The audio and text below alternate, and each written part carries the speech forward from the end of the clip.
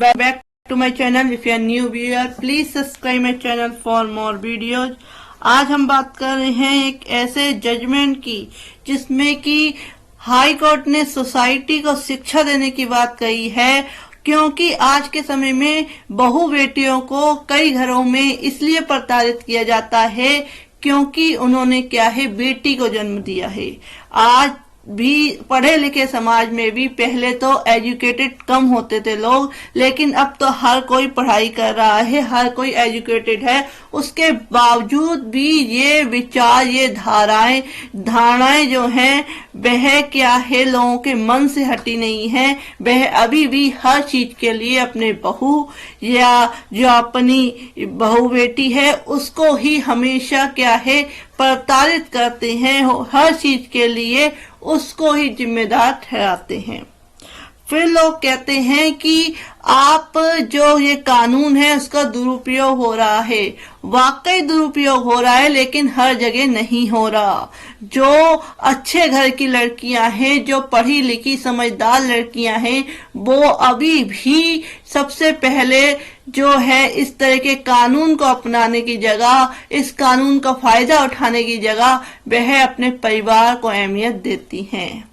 तो high court ने इस पे बड़ी टिप्पणी की है, जिसमें कि ये जो केस आया है उसमें जो बताया है और कहा है कि अगर बहू बेटियों को जो बेटी पैदा कर लेती हैं, बेटा पैदा नहीं होता, और ये सोच जो कि बहुत ही गलत सोच है, इस तरीके की सोच रखने वाले जो व्यक्ति हैं उनको समझाने की जरूरत है, ऐसा कहा है हाई कोर्ट ने।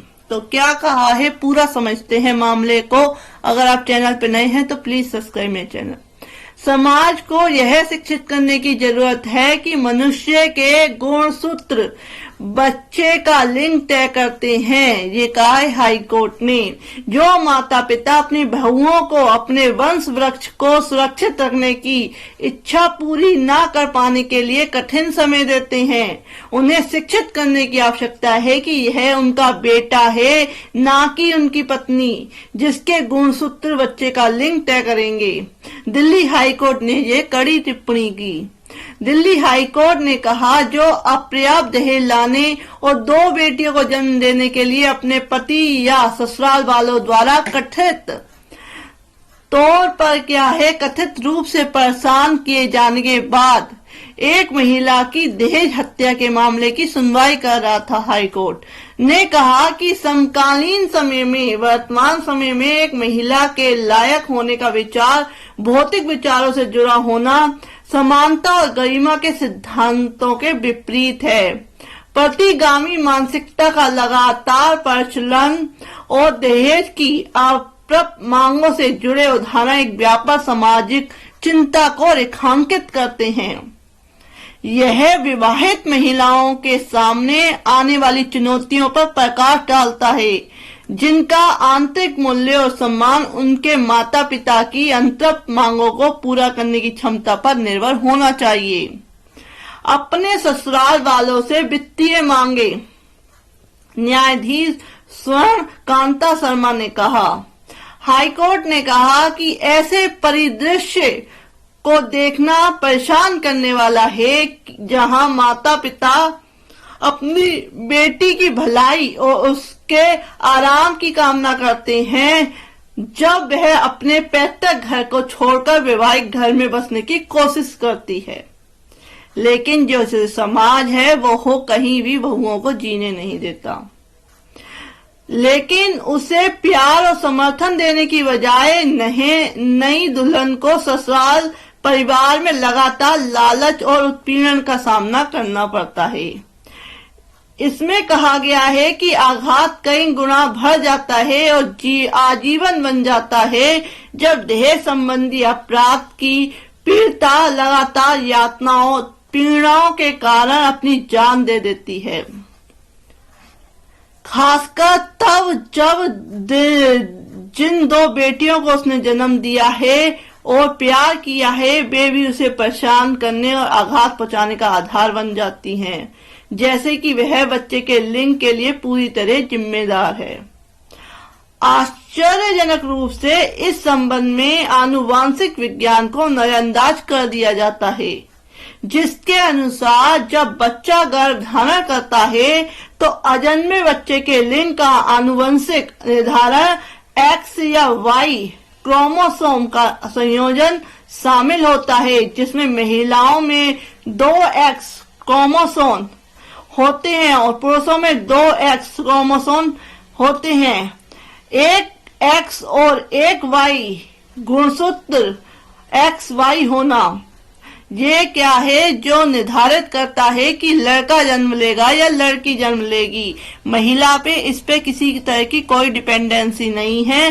सारा कुछ क्या है, पुरुष पर निर्भर करता है कि एक लड़की पैदा होगी या लड़का पैदा होगा। लेकिन समाज की सोच, वह अपने बेटे को कभी जिम्मेदार नहीं कहेंगे, वह अपने बेटे को कभी प्रताड़ित नहीं करेंगे, क्योंकि उनके पास एक जो है ना एक व्यक्ति मिल गया है जिसपे वो सारा आरोप मर सकते हैं। हाईकोर्ट ने कहा कि एनसाइक्लोपीडिया ब्रिटानिक के अनुसार निषेचन का परिणाम इस बात पर निर्भर करता है कि एक अनिषेचित अंडाणु X या Y गुणसूत्र वाले शुक्राणु के साथ जुड़ता है या नहीं, जिसके परिणाम स्वरूप क्रमशः लड़की या लड़के का जन्म होता है। इसमें कहा गया है कि अदालत ने अपने पति और ससुराल वालों की संरक्षण की इच्छा को पूरा करने में सक्षम नहीं होने के कारण लगातार उत्पीड़न के बाद बेटियों को जन्म देने के लिए उत्पीड़न और आत्महत्या या दहेज हत्या के कई मामलों से निपटा है। वंश वृक्ष जो है वो निर्धारित करता है पुरुष पे। अगर आप अज्ञानी हैं तो थोड़ा ज्ञान लीजिए। न्यायमूर्ति शर्मा ने कहा कि अदालत यह देखने के लिए बाध्य है कि ऐसे लोगों को शिक्षित करने की आवश्यकता है कि यह उनका बेटा है, ना कि उनकी बहू, जिसके विवाहित जोड़े के मिलन के माध्यम से गुणसूत्र अपने बच्चे के लिंग का फैसला करेंगे। उन्होंने कहा, भले ही यह फैसला इस तरह के ज्ञान का जन्म स्थान बन जाए, लेकिन यह ऐसे अपराधों के अपराधियों की मानसिकता को बदलने और कानून के सिद्धांतों के माध्यम से विज्ञान के सिद्धांतों का उपयोग करके निर्दोष विवाहित महिलाओं के जीवन को बचाने में काफी मदद करेगा।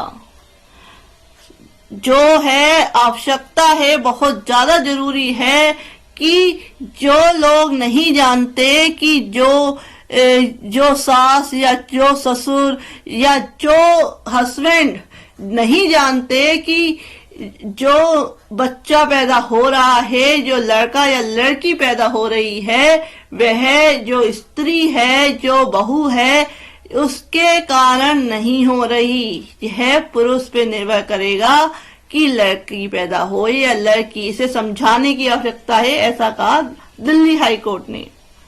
हाई कोर्ट ने यह भी कहा कि दहेज हत्या के एक मामले में पति को जमानत देने से इनकार करते हुए यह टिप्पणी की, आरोपी पर आरोप है कि वह अपने परिवार के सदस्यों के साथ मिलकर अपनी पत्नी को दहेज के लिए प्रताड़ित करता था, जिसके कारण उसने आत्महत्या कर ली। शिकायतकर्ता मृत महिला के पिता द्वारा आरोप लगाया गया कि आरोपी और उसके परिवार ने अतिरिक्त दहेज और वित्तीय मांगों के लिए उनकी बेटी पर दबाव डाला, जिससे वह काफी परेशान हुई। उनका यह भी आरोप है कि 2 बेटियों को जन्म देने पर उन्हें ताना मारा गया और उसके साथ दुर्व्यवहार किया गया। हाई कोर्ट ने अपने आदेश में कहा कि प्रथम दृष्टया इस स्तर पर एक महिला ने बेटी को जन्म देने के कारण अपनी जान गंवा दी, जो एक ईमानदार समाज के लिए अस्वीकार्य होना चाहिए और ऐसे अपराधों को गंभीर माना जाना चाहिए जब मुकदमा अभी बाकी है। शुरू के लिए उपरोक्त तथ्यों और परिस्थितियों को ध्यान में रखते हुए और चूंकि वर्तमान आवेदक अभियुक्त के खिलाफ आरोप गंभीर और गंभीर प्रकृति के हैं, इसलिए आरोप अभी तक तय नहीं किए गए हैं और महत्वपूर्ण गवाहों की जांच की जानी बाकी है।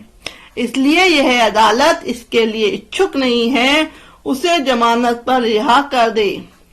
इसमें यह भी कहा गया, अदालत ने कहा कि ऐसे समाज में जो समानता पर जोर देता है और महिलाओं के समान प्रगति और महिला सशक्तिकरण के लिए प्रयास करता है, इस तरह की घटनाएं महिलाओं के लिए समान सामाजिक उन्नति के मार्ग पर निराशाजनक मार्कर के रूप में अंकित है।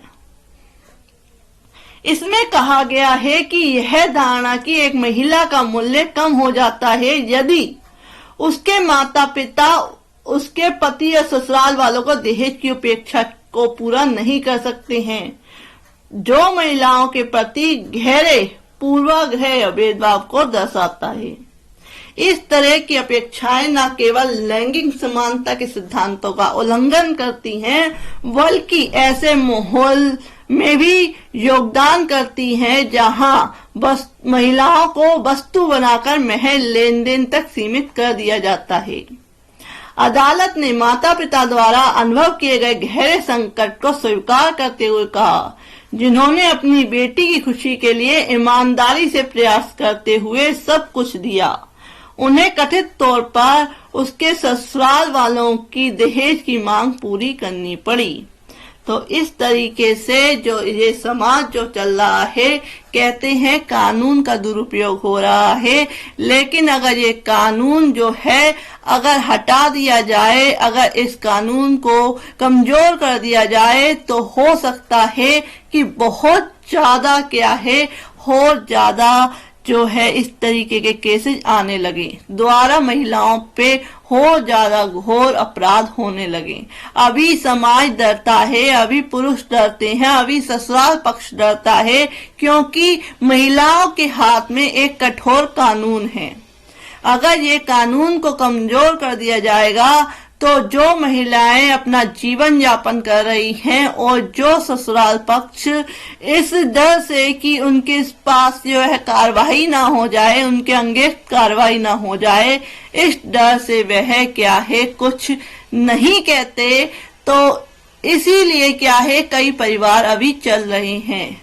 तो कानून को कमजोर करने का तात्पर्य नहीं है, कानून को दोनों पक्षों के लिए लचीला बनाना चाहिए, लेकिन सच क्या है ये साबित करना बहुत मुश्किल है।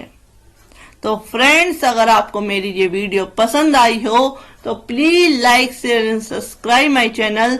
Thank you for watching this video.